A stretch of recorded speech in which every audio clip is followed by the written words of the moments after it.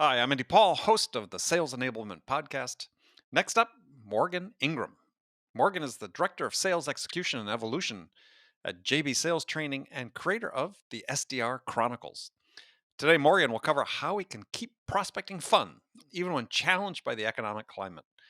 Morgan reminds us that cold prospecting is still just human to human communication.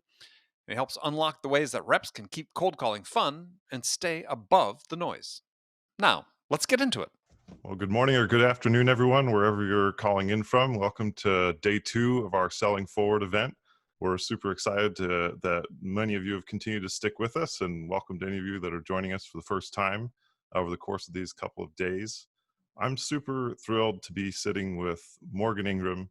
Uh, Morgan's been named one of the top 25 sales development thought leaders, and he's host of the podcast, the SDR Chronicles. He's been featured in Forbes, Harvard Business Review, and Sales Hacker. He's a sales rep who happens to be a sales coach and trainer at JB Sales, and he trains sales teams on how to use modern sales techniques that bolster pipeline, leverage social media, schedule net new accounts, and cold call with confidence. I can even speak from personal experience. My name's Alex Lamascus. I run sales content at Ring DNA. And when I joined Ring DNA, Morgan was one of the first voices that I came across as I was trying to get a feel for the market and get a better understanding of what voices were influential and valuable in the space. And in my opinion, Morgan's the most authentic and real voice out in the sales space, because it's a noisy marketplace, and I think he has a lot to offer. So I'm really honored to get the chance to ask Morgan a few questions today. And Morgan, welcome to the event. Yeah, happy to be here. Absolutely, man. Awesome. So for our event today, we've been talking a lot about how sales teams can move forward, how they can move on from these strange shifts in our economy and in the marketplace, and continue to bolster and develop their careers and ultimately build a bright future for themselves and their families. But it's definitely a different reality. No doubt in the last few months, a lot of change has come down the pipe. But despite the perspectives of some people, us here at Ring DNA, and I'm sure you would agree with us, that the future of sales is bright and decidedly human. But that said, reps have been calling businesses, and they've been talking to people that are struggling, talking to people that are hurting, people who are fearful for their jobs, and they're addressing rejections that they may have never heard before. Morgan, I'm curious if you wouldn't mind sharing with us what do you tell reps today on your mission to keep prospecting fun? Yeah. So right now, every activity that you're doing, you want to make sure that it can be consistent in a way that leads results. However, you want to look at different activities that can also be fun for you, because especially if you're an SDR, even if you're an AE prospecting, doing the same thing over and over and over again is going to get to you for a while, after a while, because you're going to be like, man, I'm doing the same type of call, the same type of email. I need something different. And so what I'm encouraging people to do right now, especially from the client standpoint, is to think about things that you can do that's completely different. And so the way to think about that is 80-20. So 80% of the things that you're doing, that works. And I just said that, hey, you already know these things are going to work for you. 20% of the things, I encourage you to try out something new. So whether that's a video, whether that's a meme, whether that's direct mail, there's a ton of other examples I could go over.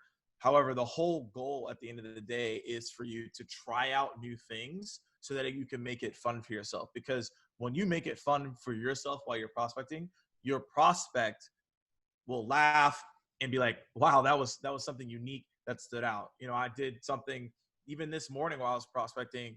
I was trying out new things that I found that were funny, and my prospect found them funny as well. And it led to a really good conversation. And whether or not it leads to an opportunity, they'll always remember me for reaching out in a unique way that was completely different than everyone else.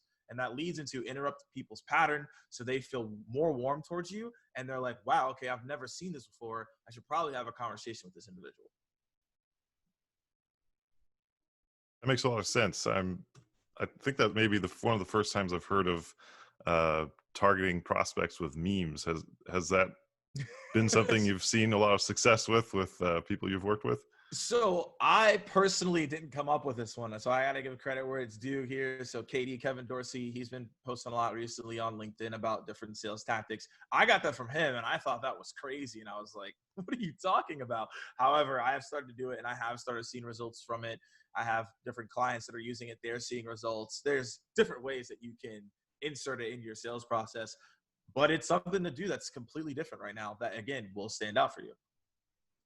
I think we're seeing a lot more acceptance of that kind of perspective just across the board in business, right? Like, with the adoption of tools like Slack or Microsoft Teams or whatever, and integrations with things like Giphy or Jiffy, however you pronounce it, um, uh, getting ourselves outside of the standard cadences that kind of fly around. It seems like it makes a lot of sense, and people seem more receptive to it. At least that's my read. Yeah, absolutely. So I'm curious, in uncertain times, what's your perspective? Do you believe that sales reps need to be optimists? Do they need to be realists? What's your take there? You need to be optimistic in your mindset because your mindset translates into your actions. So if you're having a very defeating or negative mindset, then that whole aura that you're giving off is going to be in front of your prospects. So they're going to figure out, well, this person's not as confident. They're not as optimistic. So why should I take this meeting? Why should I do business with this individual? That's on a very subconscious level that most people don't realize because it's subconscious. However, it is happening. And that's spiritual energy that you have then goes into the physical world of how you're going to do all these different sales motions. And again, thinking about that is very key because that's why I do a journal every single morning. That's why I have a certain mindset, because I know if I think about this in a way that I can get through it, then my prospects will believe in me and whatever I'm offering can get them through it as well. However, you do need to be a realist at what you're at. The numbers that you are used to getting, you probably won't get the same numbers. So you need to be real and be like, oh, I'm getting 200x your goal. That might not happen right now for some people based on your industry. I'm not saying that it can't happen. I'm saying for some people it might not, because if you're in an industry where you were targeting services, right? Or you were in an industry that was in aviation, then you obviously aren't going to hit your goals the same way that you did last year. So that's being real on the situation. However, you have to be optimistic, not blinded optimism, because that's key. Not blinded where it's like, oh, everything's going to be great and I don't do anything. It's optimism with action that's going to lead to results. That resonates with me. I think over the last few months, I've been finding, that working on that subconscious, it's something that I think takes time. Repeated habitual behavior is kind of what modifies it, at least for me, and helps me set my mindset at a stable level over the course of weeks or months. You mentioned a couple interesting habits in that regard, like journaling and a few others. Like what is your advice for someone who's looking to reach that level of consistency in their mindset and maintain optimism even when things uh, aren't as easy as they'd hope? A lot of it has to do with emotions. Now, I'm not telling you all to go be zombies or vampires here. What I mean by that is be emotional about your process, not the outcome. And when we get really emotional about the outcomes, like how many meetings we need to schedule per month, how much deals do we need to close per month, it adds anxiety and adds stress. However, when you're focused on the process of what you need to accomplish on a day-to-day basis to get those outcomes, you still will have stress and anxiety, but in a different area where it's I'm focused on being great in these certain areas rather than I just need to hit this result. So I need to be really good at my intros on my cold calls. I need to be really good on my videos. I need to be really good with my emails. These things are incredibly important to make sure you're getting the results that you need to be getting. And so it all starts with the morning routine. So I write down the 3 things that I'm grateful for. I write down what am I looking to accomplish, so positive affirmation. And then I write down what are the goals that I'd like to also overcome that day, right? So these are things just to think about across the board. And that's the way that can put your mindset in the right lane so that you're not, again, all over the place as you're having these different conversations and you're selling. It allows you to have a clear mind, or what I would like to say, a steady mindset, when all the highs and the lows are happening, you can stay steady and focus on developing a process that consistently leads to results for you. I love that. And, I think building a morning routine, it sounds just like, for some, maybe unrelated to the work that they're doing. It just is like you've got your home life and your work life, and they shouldn't mix. Although I guess with most people working remote these days, that maybe that's changed. But it really does make a difference. I can even speak from personal experience, like making sure that you're getting up at the same time every day, accomplishing the same activities, and doing the self-care that you need to do to set yourself up for success throughout the day really pays off over time, right? It doesn't necessarily have, sometimes it can have immediate results on that day, but for me, I've noticed over time, over the course of weeks and months, it pays off many dividends. So for sure. So on that note, I've noticed you spend a lot of time talking about goals, and also talking about the idea of keeping prospecting lighthearted and authentic. I remember a few years ago, you told me your goal was to visit 7 countries. And so Yes. I gather that you're a fairly goal-oriented person yourself. How can reps keep that balance of being goal-driven, but not so goal-driven that they kind of lose sight of the forest for the trees and stop having fun? Yeah. Yeah. So I'm intensely goal driven. So I can speak from experience on this, that I dive way too deep in my goals and I forget to go. I'm assuming with this question, like have an escapism more so instead of just like goals, goals, goals, goals. So for me, it's always been professional goals. It's the only thing that I cared about for a while. Like it was like, all right, I got to be number 1 rep here. I got to create X amount of videos. I got to do this. I got to do that. And that's helped me. However, what ended up happening is I was losing sight of my own self. And so as you're accomplishing things in your career, you don't set goals up for other things like financially, spiritually, and also personally. And so instead of me just focusing on my professional goals, I added 3 more buckets to that, which is financially, personally, and spiritually. And so now I do that every year. I'll be like, hey, these are the goals that I want. Every quarter, I'll do them now as well to make sure that I'm on point.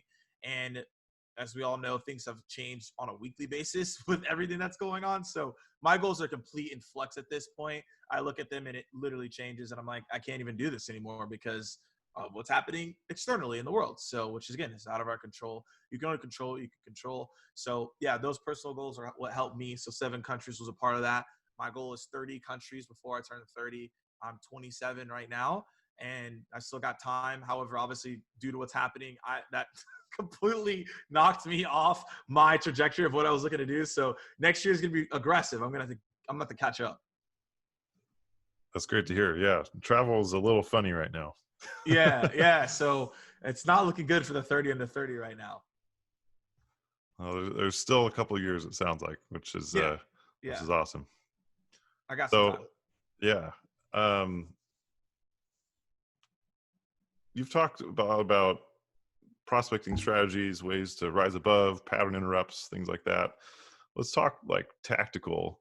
I'm curious if you could share any examples of maybe the most memorable prospecting strategies you've heard of in the last year that you may or may not advise reps copy.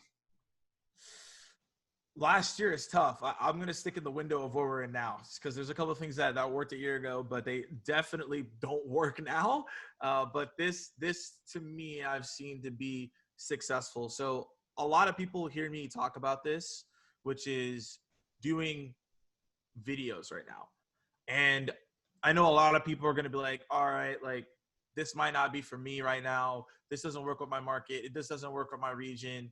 However, I encourage you again to try it. That's all I ask for. Another thing that I talk about. I'm not saying that this is not the silver bullet. It's not a magic formula. It is something to try that I have personally seen other reps get success with in APAC, in EMEA, in multiple personas in the States. And so it's something that recommend you trying if you haven't. And also, before I even say this, do it at least 50 times before you tell me it doesn't work. So if you do something 3 times and you say it doesn't work, that's not enough a sample size. I can tell every single person that's watching this right now have probably made a lot of cold calls. You didn't make 3 cold calls and say it doesn't work. So I encourage you to do more than just 3, at least do 50 to determine whether or not it's going to be worth it for you. So how this all works is I call it the 10-30-10 formula. It is the formula that I suggest all reps to focus on to get results. And this formula is universal. So when I mention formulas, that means doesn't matter where you live, doesn't matter who you're targeting, you can implement this formula. So how it works is in the first 10 seconds, you're focused on how do I get this person's attention? Now, getting someone's attention could be something you found on the website, where on our case, they're hiring a sales rep. So that could draw attention for them. However, where I'm really focusing on is stating a problem or a priority for that individual. So, hey, I know you're a VP of sales, a CRO, a VP of enablement. These are the things that you're dealing with on a day-to-day basis. Then the 30 seconds. And the 30 seconds is the value prop. And the value prop at the end of the day is your elevator pitch that you would say on the phone. Now you just insert it inside of your video. So that's self-explanatory. And then the last 10 seconds is a call to action. So the call to action that we've seen been working out a lot is, hey, are you open to learning more? Are you interested in deeper dialogue? These are things that will allow for the person to open up to you to then have a conversation. So the 10-30-10 is what we suggest in terms of videos. That's 50 seconds. 45 to 50 seconds is normally where we see a lot of success. However, that doesn't mean that you can't do it more. I've seen now people are doing videos that are less than 90 seconds. So treating it like a movie trailer, and then that's where you're going to see a lot of success. And so that's the one thing I would suggest people to focus on right now. That seems really actionable, and that's consistent for me as well. I'm get targeted as a buyer fairly often for marketing technology or agencies or whatever, and I can definitely say that amid the noise, the minimum level noise right now, which is people trying to just add me on LinkedIn, get plenty of those throughout the week with maybe a note, maybe not. The ones that are standing above are the ones that are sending a video or taking advantage of the new audio message function in LinkedIn, or the people that are calling me. Yeah, those are what's more like rare, I guess you can say, or scarce in at least from my experience. And like even as recently as a week and a half ago, there was this agency that sent me and a bunch of other of my colleagues on the marketing team a video of him kind of critiquing some of the marketing tactics of one of our competitors. We all watched that. We all had conversations about it. We even had a separate dedicated meeting to talk through it, right? Yeah. Because it was like, this guy is offering some value. He's helping us see things in a different perspective. And he got way more attention than anybody that just sent me one LinkedIn connection request or something like that, or one in-mail. Absolutely. Interrupting patterns, just like happened to you, is what I suggest people to focus on. You have to figure out, how can I interrupt their pattern right now? Yep, absolutely. So let's take the opposite spin. Right now, during these times, what is the worst thing a rep could do? The worst thing that you can do is panic and turn into a robot. And what I mean by that is sending out emails, hoping that they get a response. Or the worst thing of all time, if we're on LinkedIn, is connecting and pitching. So just connecting with people and then sending them, hey, this is all the things that we're doing right now. And that's all about you and not about them. And like no shape or form is that going to help. So I encourage everyone to not connect and pitch when you get someone to finally accept your connection request, and go through the motions of just generically sending them, hey, I want to connect for 15 minutes. That's what people need to stop doing, because that's going to annoy people now more than it did before. That makes sense to me. Yeah. On the note of annoying people, I noticed on your latest Muffins with Morgan session, which is great, by the way, you talk about asking for a prospect's feedback at the end of a sequence, and you compare that with breakup emails, which personally I've always found super annoying. Like a breakup email never made sense to me. But I'd love if you wouldn't mind expanding on that a little bit. Let's talk about that, right? So breakup email. Let's talk about what happens when people think about a breakup. So I'm in a relationship with someone. We decide to break up. The chances of us getting back together are super low. It can happen. However, what ends up happening is there's baggage, which is why most X's, you don't ever get back with them. And when you do, it probably doesn't pan out that well. Now, obviously, there's the slim chance that you do get back with your ex and everything is fine. However, it's very low. So when you say, hey, let's do a breakup email, that's essentially the same thing. I'm sending someone an email and saying, hey, let's break up. And I'm still going to reach out to you in 3 months. But now, again, there's that baggage that you sent that email and we told them, I'm not going to reach out to you ever again. And then you do. So don't think about it as a breakup email. It's more of a goodbye email. Because when I say goodbye to someone, I can always come back. I can always say, hey, what's going on? What's happening? So think about your last emails. Don't think about, hey, what's the breakup email? Like, I don't even want to hear that. I want to talk about what's the goodbye email. And that's giving them resources, asking them their feedback on the resources, giving them the YouTube page, your LinkedIn. These are things that are important that can help somebody right now. So that's what I'd be paying attention to.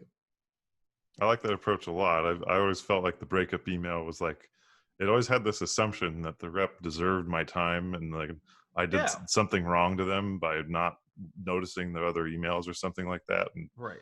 I think that like see you later, farewell sentiment is definitely much more in line with the need of staying helpful and being valuable to your prospect all the time. Absolutely. Yeah. So parting thoughts here. I mean, we've got a couple minutes left before we jump into questions, but you talk about helping reps cut through the noise, which, you know, as we've discussed here, it's super important. And I think it's kind of the ultimate goal for many sales reps that are focused on prospecting. I think it's pretty likely that things are only going to get noisier from here on out. Yep. What in your mind, with that in mind, is the future of prospecting? I think Big question. I think the future of prospecting is going to lead more into multi-channel prospecting and talking to your buyers on multiple channels and not just saying, hey, I'm only going to be email, I'm only going to be call, and leaning on the data to see which one works the most, right? So for right now, like when I'm doing my prospecting, LinkedIn video is the best. However, for some people, it's personalized emails. I don't know. Everybody's different. What we're going to see, though, is people being able to understand all those channels across the board that I'm mentioning so that you truly can stand out. And also, we'll see more people, I believe, studying and using psychology and copywriting as part of their prospecting efforts. I study a lot of psychology. I read a lot of books on what words to say so that when I'm prospecting, it hits home with that person. And that's where I've had a lot of my focus on, because I'm trying to figure out how to break through the noise and not look like everyone else. And then I think what will start happening as well is people will start to pay more attention to the emails they send out, because when I train or coach a rep, I always ask them, hey, would you respond to this email? And sometimes people will be like, no, I wouldn't. And then it's like, so why are we sending this out? Like sometimes we just send out emails because we're like, oh yeah, but we don't look at them and be like, no, I wouldn't respond to that. So it's like, if you wouldn't respond, why are you expecting your prospects to? And I think there will be a lot more change on how we write emails. Also, how do we go about it in a creative way that's going to make our brand stand out? I think that makes a lot of sense. And that's a great question to ask. I think, you know, even as marketers, we need to ask that question of ourselves sometimes, right? Like, would people respond to this email? Would they react to this copy? Yeah, you know, exactly. I think sometimes many of us get so focused on our own silo, whatever it may be, forget to think about the buyer, the customer, the prospect. Absolutely. Well, Morgan, this has been a really informative session. I know our time was really short today, but I would highly encourage everyone listening today to check out Morgan's weekly content. Follow him on LinkedIn. Make sure you attend his LinkedIn live sessions. He's got some great ones on the weekends and more. And as I mentioned, you really won't find a more real, friendly, and valuable voice out there for sales development teams. And if you continue to follow Morgan, I think your prospecting skills and sales mindset will be that much better as a result. So I highly encourage you all to check him out online if you haven't already. Awesome. Well, thank you all so much for attending. I hope everyone enjoyed this segment of the Selling Forward event. And please be sure to check out the rest of our speakers today. We've got a great lineup ready for the rest of the day. Have a great day, everyone. Bye-bye.